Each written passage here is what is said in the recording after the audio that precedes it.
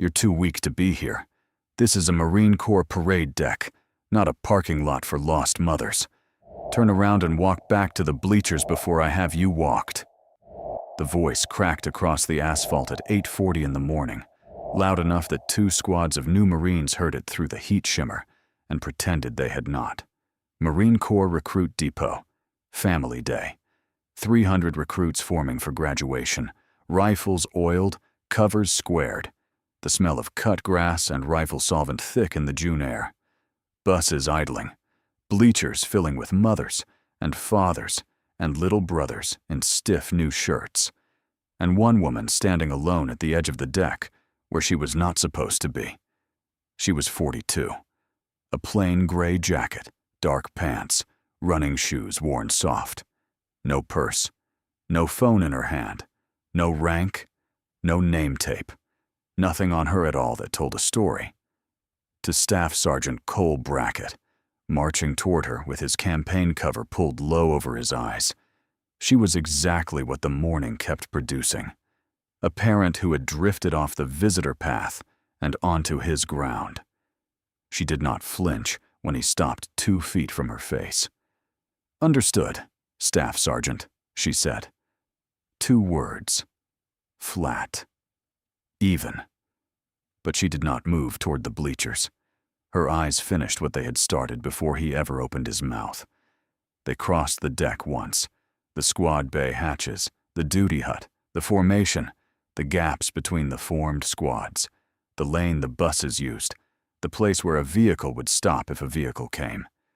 Then they came back to him. Unhurried. Done. She stood the way water stands behind a dam. Still. Heavy. Going nowhere it was not told to go. Brackett read the stillness as defiance. Men like Brackett always did. He stepped in closer, dropped his voice into the register he used on recruits who locked their knees, and let the 2 junior drill instructors near him hear every word. "You don't belong anywhere near my Marines," he said. "You see this?" He swept a gloved hand at the formation behind him.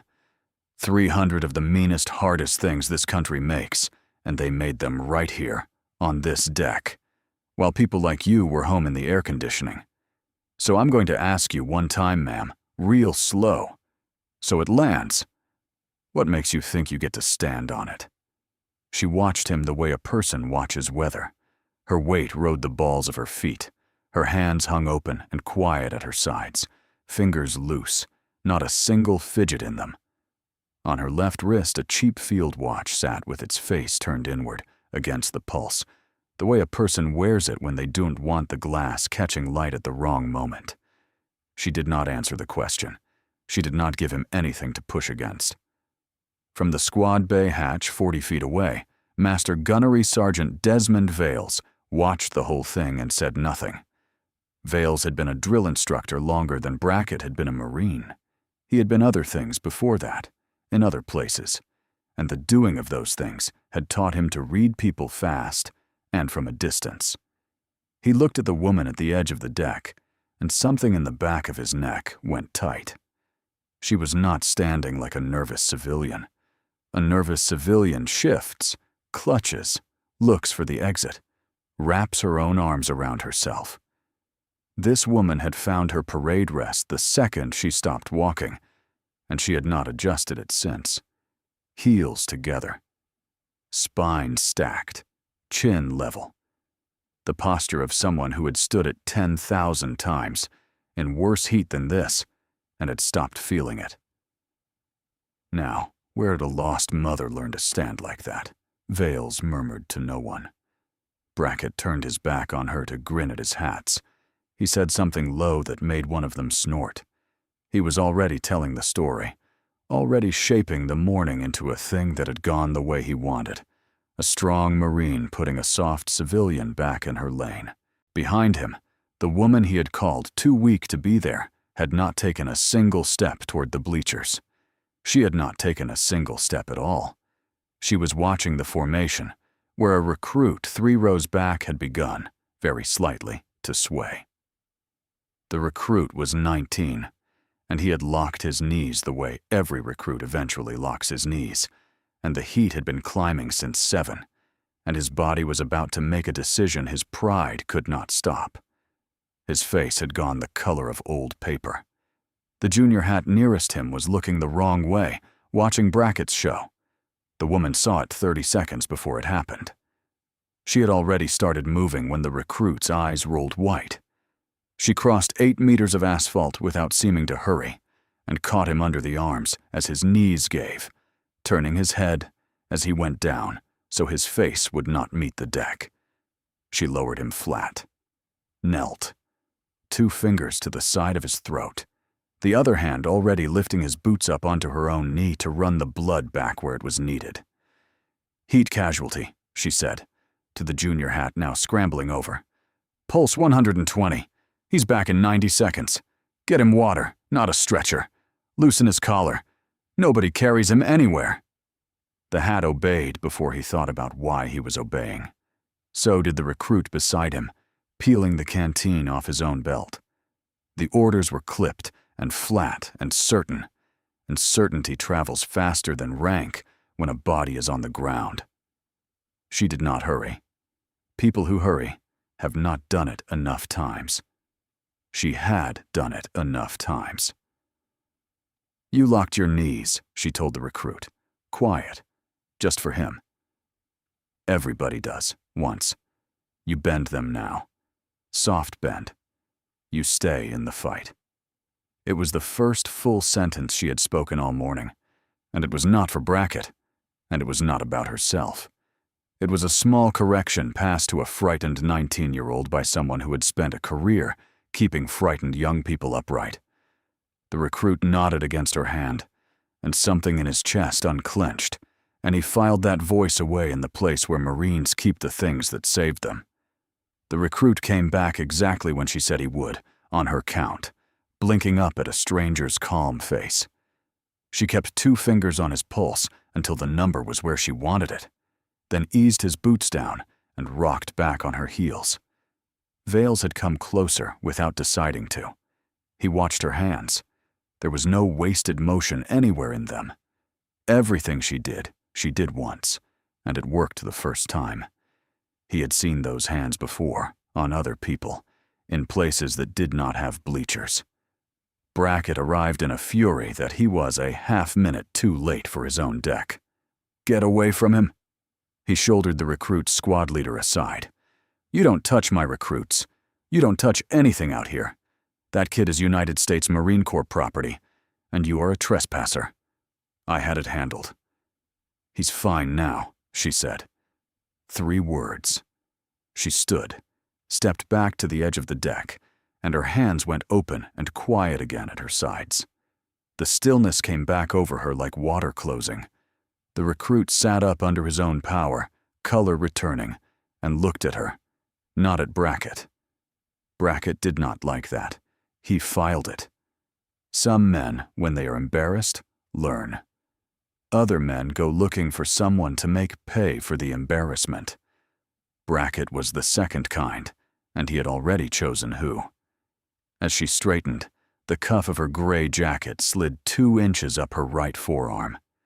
Vales caught it from 6 feet away, the edge of a tattoo, faded blue-black, old. The pommel and an inch of blade, a dagger. Beneath it, the top curve of a number. Then her arm dropped, and the cuff fell back over it, and the morning swallowed it again. But Vales had seen it, and his eyes narrowed, and the tightness in the back of his neck became something with a name he did not yet want to say out loud. Brackett, meanwhile, had decided how the rest of the morning was going to go. He rallied his junior hats into a loose wall around the woman, 3 campaign covers and a wide stance, and he turned her into the joke the deck needed before a graduation. "Gather round," he told them. Loud, performative, pitched for the bleachers within earshot. Teaching point. This is what soft looks like. This right here. Civilian wanders onto a parade deck, puts her hands on a recruit, decides she's somebody. The world out there will let you believe that about yourself. Out here, we don't. He half turned to her. You felt important just now, holding that kid's head. That feeling, that's the softest thing on this field.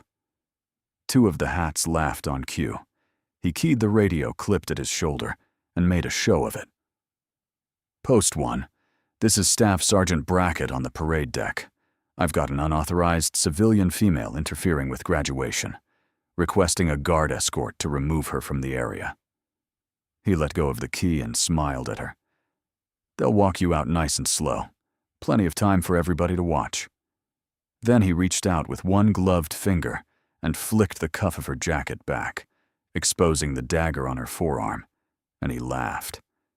Cute. Big, tough dagger. He flicked the cuff again, lazy, contemptuous. They sell those down at the boardwalk, right next to the henna and the airbrush shirts. What's it supposed to make us think, huh? That you're hard? That you've been somewhere? She wore nothing else. No rings. No chain at her throat. No earrings. Nothing that caught the sun. Her face did not change by the width of a hair. She did not argue. She did the thing she had been trained over 24 years to do instead of arguing. She read name tapes. She clocked the radio frequency he had used and the time he had used it. She marked the two hats who had laughed and the one who had not. She noted the dark sedan that had just turned into the battalion parking lot and the field-grade officer's sticker on its bumper. She filed all of it, clean and ordered, in a place built for exactly this. She was not collecting insults. She was collecting facts. The two look the same right up until they don't. In the third row of the bleachers, the gray-haired man in the faded unit ball cap had stopped watching his own grandson's squad. He was watching her. He had seen the way she went to the ground for the heat casualty, and the way she stood when she came back up, and something about the shape of it had reached down through 40 years and tapped him on the shoulder. He did not know her name. He knew the type. He had been around the type once, in a different war, and the type did not change. He leaned to his wife and said something quiet, and then he kept his eyes on the woman in the gray jacket and did not look away.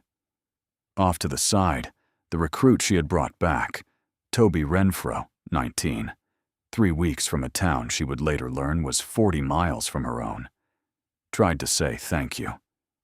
He got 2 words out before Brackett spun on him and ate him alive for breaking position, voice like a door slamming, and the boy locked back up rigid and afraid. The woman caught Renfro's eye for half a second and gave him the smallest nod. Stand fast, you're all right. It went into the kid like a splint. He steadied. The guard jogged up from post 1, young, 18, unsure why a senior drill instructor needed a rifle-armed escort for a woman in running shoes, but a staff sergeant was telling him to, so he came. Here is the thing about watching someone in charge mistake quiet for weakness. If it has ever happened in front of you, a person dismissed because they did not shout back, written off because they kept their hands still, then you already know how this kind of morning ends. Stay on this deck with her, and subscribe to Honor Tales, so the reckoning that's coming doesn't get past you. The guard reached for her elbow. She let him take it. No resistance at all. The guard's grip was apologetic. He walked her toward the shack at the edge of the lot, the way you walk a person you have already half decided you are wrong about. Brackett followed, because Brackett wanted to watch the paperwork happen. At the guard shack, he dictated the morning into a form. Unknown civilian female, approximately 40s, he told the young guard, leaning over the counter. Wandered onto the parade deck during graduation formation. Put hands on a recruit. Refused lawful orders to depart. Note that she was uncooperative and evasive. The guard wrote it because a senior drill instructor was saying it, and at 18, the difference between a senior drill instructor and the truth is not yet clear. The woman stood still through all of it. The watch face turned in against her wrist. From where she stood, she could read the form upside down as it filled, and she watched her own morning being rewritten into a security incident, in a teenager's careful block letters. She gave them only what was true, and as little of it as the truth allowed. Name? Whitaker. First name, ma'am. Reporting to the depot, she said. That's the part that matters. She would not explain herself. She would not perform her innocence. She had learned a long time ago that the people who talk their way out of a thing are usually the people who did it, and she had no intention of sounding like them. Brackett read the silence as guilt and leaned harder. The young guard's pen slowed. He was 18 and 3 months out of his own boot camp, and some quiet instrument in him had started to register that the woman across the counter was not behaving like any trespasser he had been trained to expect. Trespassers argued. Trespassers got loud, or got scared, or got slippery. This woman answered in pieces the size of coins and watched the form fill with the patience of someone reading a weather report. She had corrected nothing. She had pleaded nothing. She had simply let a senior drill instructor stack sentence after sentence on top of her, and the stacking had begun, very faintly, to feel less like an arrest and more like a hole a man was digging while someone calmly held his coat. "I want a trespass bar," Brackett told the guard. "And get the provost marshal on the phone. I want her off this installation before the ceremony steps off. This deck is going to be clean when those Marines graduate. Spotless." He was savoring it now, rolling the words. He had built, in the space of 20 minutes, an entire file. He was building a file. He did not yet understand whose file he was building, or that when it was finished, it would have his own name on the cover. A shadow filled the shack door. Master Gunnery Sergeant Vales, breathing a little hard from crossing the lot fast. He had seen the stand. He had seen the hands on the recruit. He had seen the dagger. And the longer he stood with all three of those things, the colder he got. "Slow down," Vales said to the guard. Quiet, even. "Don't bar anybody. Don't call anybody. Verify the name first. You hear me? Verify it before one more word goes on that form." Brackett rounded on him. "With respect, Master Guns, I've got this. I called it. I own it. She's a trespasser, and she's leaving. Brackett, I own it." Vales held his eyes a moment, jaw working, then looked at the woman, who looked back at him with an expression he could not read, and a calm that scared him more than panic would have. The young guard, meanwhile, had typed the name into the terminal to start the trespass paperwork. Whitaker. The system thought about it. Then the screen changed. The guard stopped typing. He read it once. He read it again. Slower. His eyes came up off the monitor and found the woman in the gray jacket, and then went to Brackett, and then went back to the screen, and his mouth opened and closed, and he said nothing at all. Vales stepped back out of the shack into the sunlight and pulled the phone from his pocket. His hands were not quite steady. He scrolled to a name he had not called in 3 years, a retired team sergeant from the part of his career he did not put on his official record, and he walked 20 feet from the door before he dialed, so no one could hear. The man picked up on the second ring. Vales did not waste time. "It's Desmond. I need you to tell me I'm wrong about something." He kept his voice low and his back to the shack. "I've got a woman on my depot, civilian clothes, 40s, reading like a lost parent.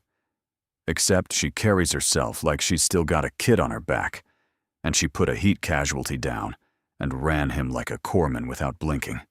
And there's a dagger on her right forearm, faded, old, team number under it. Tell me it's parlor ink." There was a silence on the line, a long one, the kind of silence that is itself an answer. "Describe the dagger," the man said. Vales did. The pommel, the blade, the number he had only half seen. He described the stand, the stillness, the economy, the way the deck had bent toward her without knowing why. The man on the phone exhaled slowly. "Desmond, you listened to me." His voice had changed. Years back, before your time over there, a compound got overrun in Helmand. Tunnel nobody mapped. Team leader killed in the first 30 seconds, pushing his guys to cover. 2 wounded pinned in the open. And there was a Marine attached to that element, a sergeant, a woman, who crossed that courtyard twice under fire and carried both of them out, one at a time, took shrapnel doing it, and then called the exfil in a voice so flat the aircrew thought it was a training run. A pause. They pinned a call sign on her. The men she carried did the pinning. If that ink is real, and it's her, then what you've got standing on your parade deck is Kestrel. Vales closed his eyes. And you do not, the man went on, hard now, let some boot-band staff sergeant trespass Kestrel off a United States Marine Corps deck. You do not let him put a hand on her. You walk him away from her, right now, while he still has a career to walk away with. Vales stood in the lot a moment with the sun on the back of his neck and let the weight of it settle. He had spent his whole adult life learning the difference between men who talked about the hard places and men who had been to them, and he had just been told that the woman he had watched put a recruit's boots up on her own knee had been to the hardest place there was and had come back carrying other people. He thought about the dagger. He thought about how she had stood there and let a staff sergeant flick her sleeve and call her ink a boardwalk toy, and had not corrected him. And he understood now that the not correcting had been a kind of discipline most Marines never learned in 30 years. She was not enduring Brackett. She was outlasting him. There was a difference, and Brackett was about to learn it in front of 300 witnesses. Vales put the phone in his pocket and turned back toward the shack. And through the window, he could see that Brackett had already gotten bored of waiting for the system, that Brackett was staging something, gesturing at the deck, at the formation, at the timing.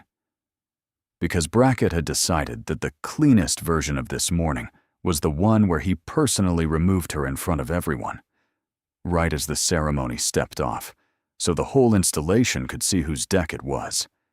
He was not just rude. Vales understood that fully now. He was a man who would build a false record and stage a public humiliation to protect a kingdom the size of one parade deck.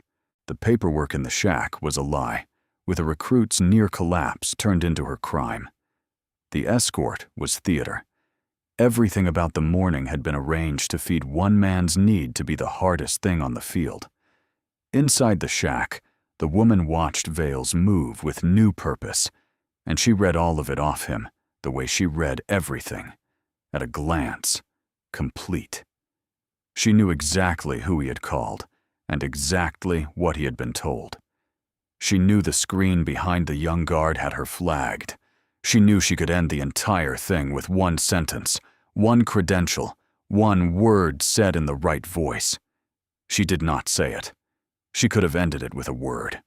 She had spent 24 years learning that the right silence is louder than the word, and that a man building his own indictment should never be interrupted before he signs it. So, she let it run. One forearm, one faded dagger, one team number, and a call sign that 3 Marines on this installation have now said out loud. If you want to be standing here when the man who called her too weak to be there finds out exactly what that ink means and what it cost her to earn it, then stay and subscribe. The next part is the night the dagger comes from. Vales reached the deck just as Brackett raised his voice to start the formation moving. Helmand Province, 2 o'clock in the morning. Summer, 2011. She was 27 years old, and her name was Sergeant Sloane Whitaker, and she was lying in the dirt against a mud wall with 11 other people and 400 meters of open ground behind her, and no aircraft for 19 minutes. The numbers were the only things that did not lie. 11 on the assault element, 400 meters back to the trucks, 19 minutes until anything with a rotor could reach them. She had been doing the arithmetic since the first shot, the way she always did, because the arithmetic was a place to put the fear so her hands stayed empty for work. She was attached to a Marine Raider task force, the kind of unit that did not appear in the news and barely appeared on paper. And the team leader was a sergeant named Micah Doyle, who had a wife in North Carolina and a habit of saying the same 6 Latin words before every patrol, words he had gotten off a chapel wall as a boy and never let go of. The compound went wrong in a way no plan had accounted for. There was a tunnel. Nobody had mapped it. It came up inside the wire, behind the element, and the night turned inside out. The team was suddenly fighting in 2 directions, in a space the size of a courtyard. And in the first 30 seconds, Micah Doyle died on his feet, pushing 2 of his younger Marines down behind a feed trough where the rounds could not reach them, and the last thing he did with his body was make it a wall. 2 of the element were hit and pinned in the open center of the courtyard, in the gap, where nothing could get to them and everything could reach them. Sloan did the math. 2 men, open ground, 1 of her.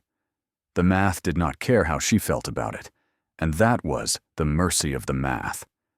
She went out the first time low and fast and got a hand into the drag handle on the first man's kit and hauled him backward across the dirt into the lee of the wall, and the ground around her boots came alive the whole way. And she did not feel anything because she had not given herself permission to feel anything yet. She went out the second time for the second man and got him moving, and was nearly back to cover when something hit her in the shoulder like a swung hammer and spun her down. She got up. She got him the last 2 meters. Then she sat him against the wall and put a pressure dressing on her own shoulder with one hand and her teeth, because both of his hands were occupied, staying alive. And then she keyed the radio and called the exfil. The aircrew said later that the voice on the net had been so level, so unhurried, reading grid and casualty count and threat in clean, clipped pieces, that 2 of them genuinely believed for a moment it was an exercise, that someone back at the base had cut into the frequency with a drill. It was not a drill. It was a woman with a hole in her shoulder running the radio because the radio needed running, and she was the one who could still do it. What she carried out of that courtyard was not courage. She would say that later, to the very few people she ever said anything to. It was arithmetic. 2 men, 2 trips. You do the math, and you do not let yourself feel any of it until it is done.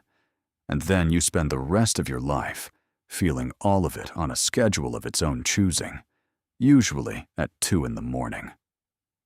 The exfil came in 19 minutes, exactly when she had told the wounded men it would, because she had counted it out for them in a flat voice as a thing to hold on to in the dark. She had walked the casualty load order in her head a dozen times before the rotors ever crested the ridge. Who went first? Who held security? What got carried and what got left? When the birds finally flared into the courtyard in a storm of grit and noise, she put her wounded on before she put herself on, and she was the last living member of the element off the ground. And she sat in the open door with her legs hanging over 400 feet of black helmed night and felt absolutely nothing, on schedule, the way she had taught herself. They flew Micah Doyle home in a flag-draped box to a wife in North Carolina who had been told only that he died, doing what he believed in, which was true, and not enough, the way it is never enough. Sloan stood at the back of that funeral in her dress uniform and said the 6 Latin words to herself when the rest of the chapel was silent, and she made a promise on that day that she did not say out loud to anyone, because the promises you say out loud are the ones you make to be heard making them, and this one was only for her. They gave her the silver star for it. They gave her the Purple Heart for the shoulder. And the 2 men she carried, once they could stand again, gave her the thing that mattered more than either. They pinned a call sign on her, Kestrel, and it stuck to her through every unit she ever served in after. She had the tattoo done a year later. The task force dagger, the team number underneath, and around the base of the blade, in small letters, the 6 Latin words Micah Doyle used to say before every patrol, inked over the shrapnel scar, so that the worst knight and the best of him lived on the same square inch of her arm. She came to the recruit depot, 15 years and a lifetime later, to spend the back half of her career making Marines. She had asked for it.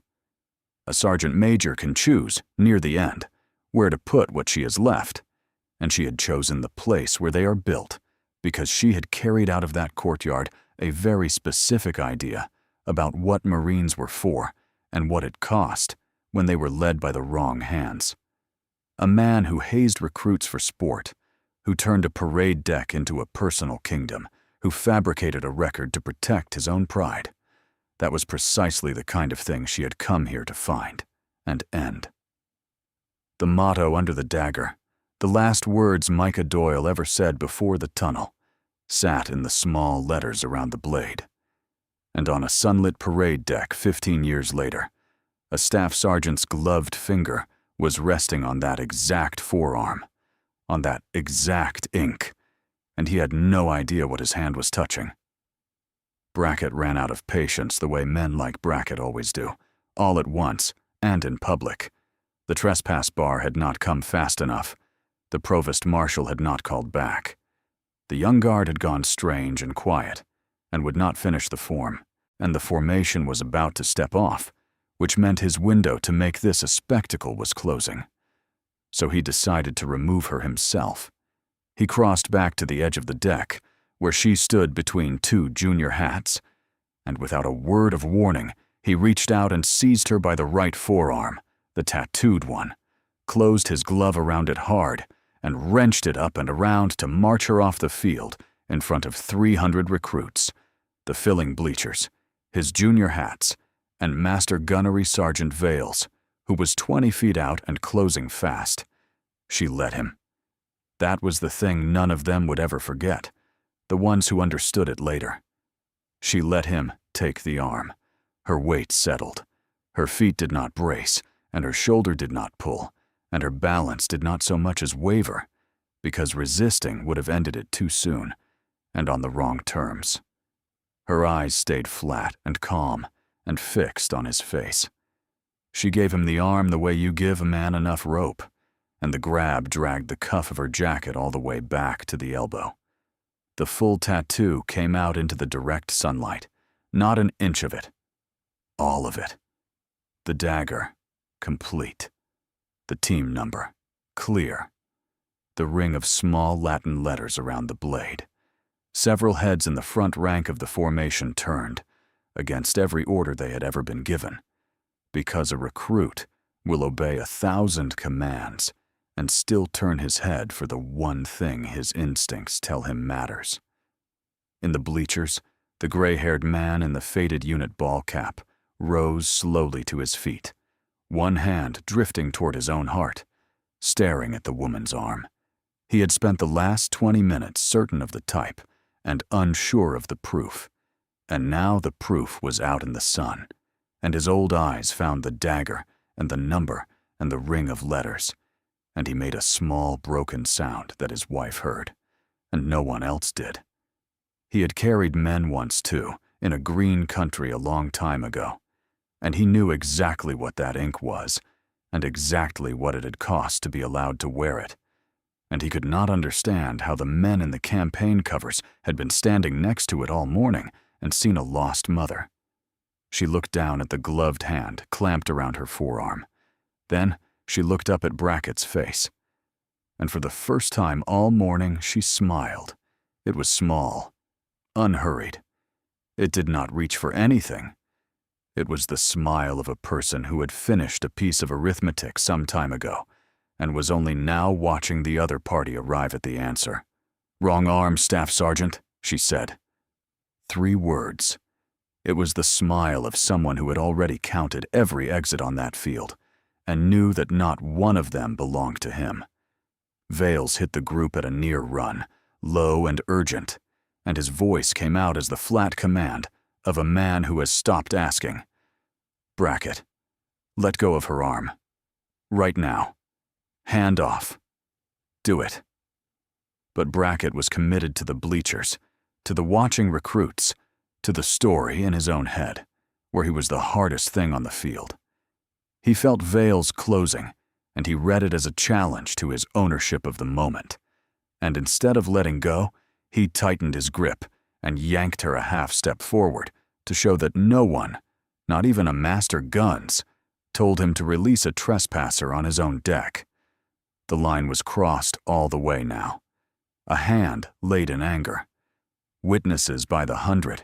The act in full sun. Whatever this had been 20 minutes ago, it was something with a name now. Something that had police reports and sworn statements waiting at the end of it. Behind Brackett's shoulder, at the edge of the parade deck, a dark sedan rolled to a stop. The door opened, and a voice that every single Marine on that field, from the newest recruit to the oldest hat, was conditioned in their bones to obey, crossed the asphalt in one clean word: hands. Sergeant Major Royce Calderon was 48 years old, 29 of them in the Corps, and he was the outgoing sergeant major of the entire recruit depot. And when he said hands, the word did not need a second syllable. Brackett's glove came off her arm as if the forearm had gone hot. Calderon walked straight across the parade deck. He did not hurry either. He had the same economy she had.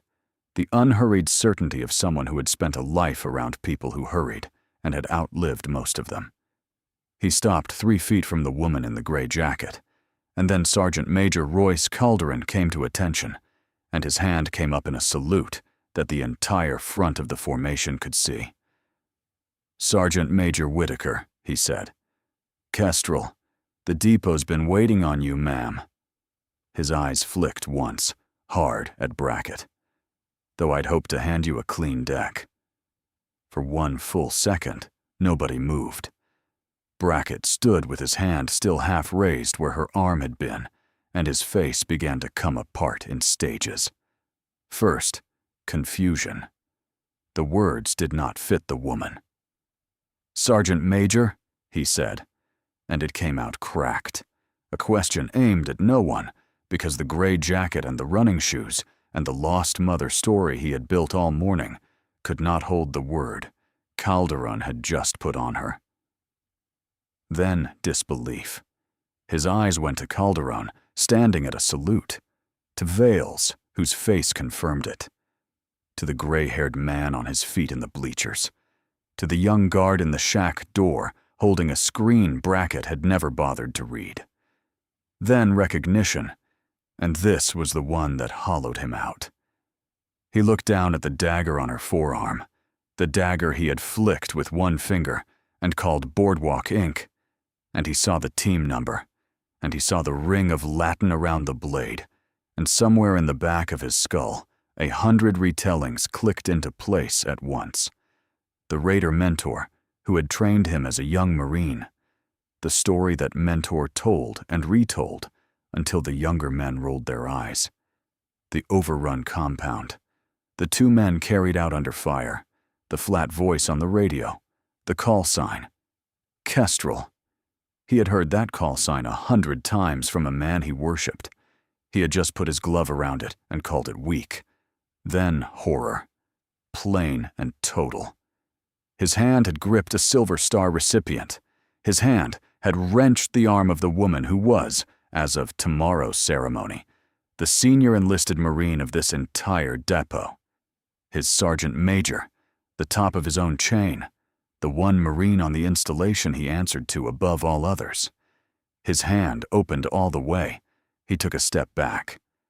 And then Staff Sergeant Cole Brackett went completely, perfectly still. The stillness of a man whose every possible next move has just been taken off the board. Vale stepped between them and took control of Brackett by the shoulder, firm, final, turning him away from her.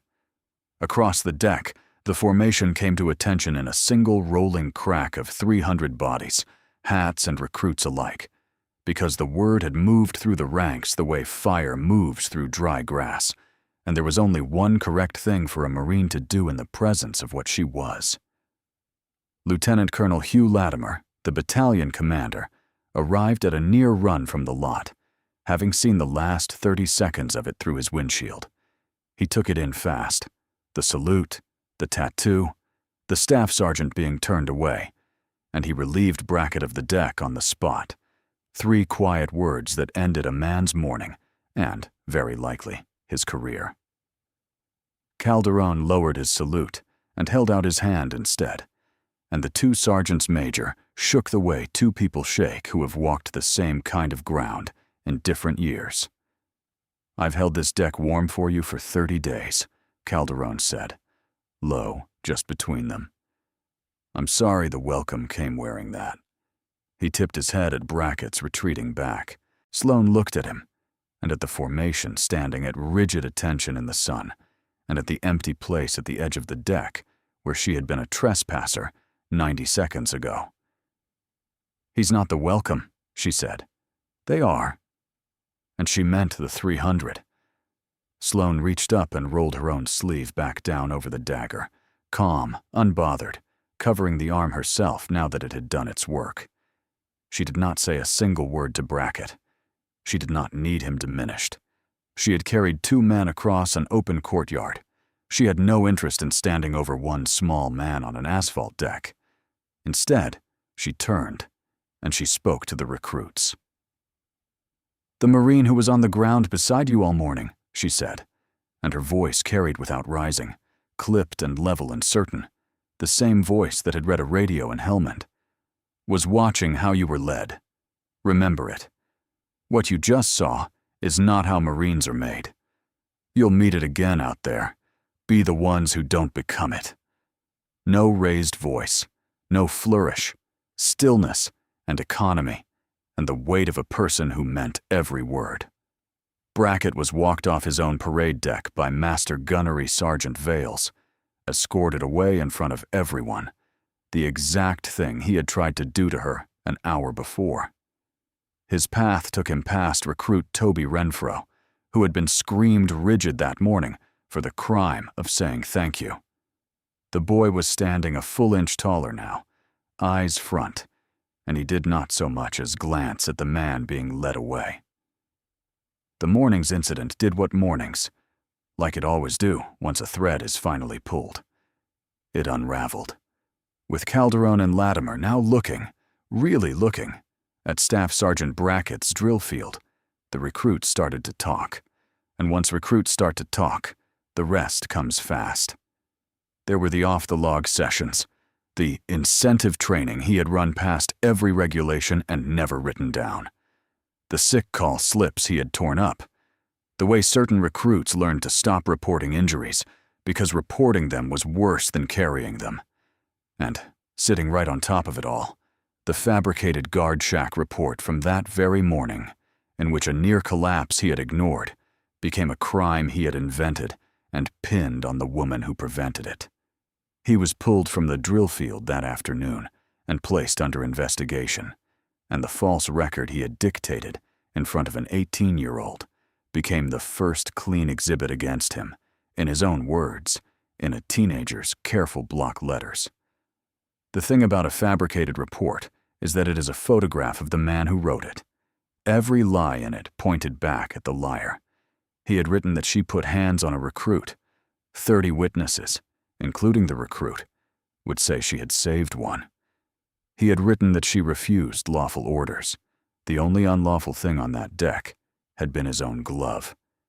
He had built a case, exactly as Vales had thought in the morning, and the name on the cover was his. The gray-haired man from the bleachers found her before he left. He came down out of the stand slowly, his grandson trailing behind him in a brand-new uniform, and he stopped in front of Sloane, and he did not salute, because he was a civilian now and had been for 40 years. But he took off the faded ball cap and held it against his chest. He said only that he had carried men once, in a place she would have read about, and that he had spent the morning watching the Corps fail to see her, and that he was glad, before he went, to have watched it finally see. She shook his hand. She told him his grandson had good hands and a steady spine. The old man wept a little, the unembarrassed way the very old weep, and then he put his cap back on and went. The junior hat who had laughed the loudest in the morning, the one who had snorted at Brackett's joke about soft civilians, was the first to come forward in the afternoon. He found Vales and told the truth about everything he had watched and said nothing about for months, and his voice shook the whole way through it. Vales did not bury him for the months of silence. He looked at the young hat for a long moment and saw what Sloane had seen in the recruit. She steadied, someone not yet finished, someone who could still be made into the right thing. "You start over today," Vales told him. "You become the drill instructor that one wasn't. That's how you pay for the laugh, not in guilt. In Marines." It was a small turn. It was a real one. Here is what stays, after the paperwork and the investigation and the change of appointment the next morning, where Sergeant Major Sloane Whitaker took the depot in dress uniform with the deck full and clean. The woman they called too weak to be there is the one who will spend the next 2 years standing on that deck, making Marines, deciding what gets tolerated on it and what does not. The quiet ones are not the soft ones. They are usually the ones who already did the hard thing a long time ago in a place with no bleachers.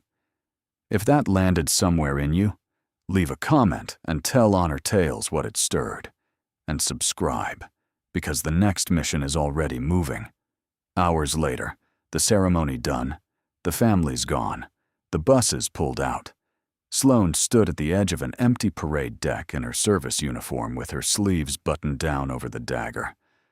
Toby Renfro found her there. A Marine now, 4 hours into it, his new rank crisp on his collar. He came to say thank you properly, the way Brackett had denied him that morning. She let him say it.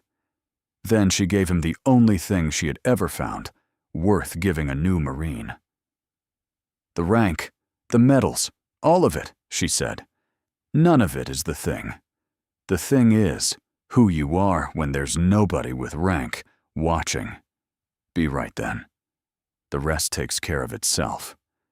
He squared away and marched off into the first day of the rest of his life, his new rank catching the late sun, and she watched him go the whole length of the deck with something close to peace, and did not look away until he had turned the corner and was gone. Her phone buzzed against her hip, a message from a number with no name. She knew the number. She had carried him out of a courtyard once. The text was 3 words she and 4 other living people understood, an old coded greeting that meant, "The work is not finished." Below it, a single photograph, a task force dagger laid across a chart table, and behind it, through a hatch, the sun coming up red over open water, and below the photo, one line, "Horn of Africa, when you're done making Marines." She looked at the dagger in the photograph, and at the dagger under her sleeve, and at the empty deck where a man had called her weak that morning. The work was never finished. It only changed shape. For 2 years, it would wear the shape of this deck and these recruits and the slow, patient business of making them into something that would not break in a courtyard at 2 in the morning. After that, the dagger and the red sunrise would be waiting, the way they were always waiting. She turned the phone face down against her leg. Every soldier carries a story that few ever hear. Listen with your heart. Thank you for staying and watching. Subscribe to Honor Tales for more.